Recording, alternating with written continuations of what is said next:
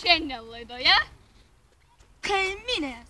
mes jums papasakosime, kaip tapti tikru kieteku. Pirmas žingsnis. Vaikščiok išmetęs rėmą. Stabdyk. Antras žingsnis. Stilinga.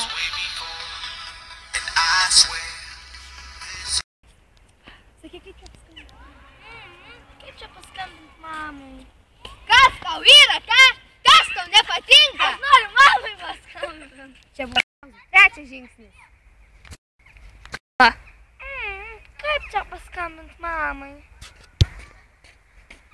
Ko čia raunės? Kas čia nepatinka tau, ką?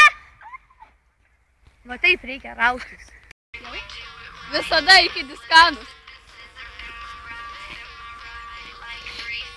Ir būk kietas. Kitas žingsnis. Žodinėlis. Nu, tai kur tu esi, ką? Ne, teisi, tai tu, blėt, gal ožys? Nu, tau pizdėt visai. Tai kas tau nepatinka, ką? Tai gal tau su galva negerai? Ne, tu visai, tu nesupranti, ką tu kalbi. Tai tu atneši ar ne? Tai kaip man jaustis? Ne, nu tu, tau, žinok, tave pasiūsiu toj nachui. Tai ar tau visai? Čia buvo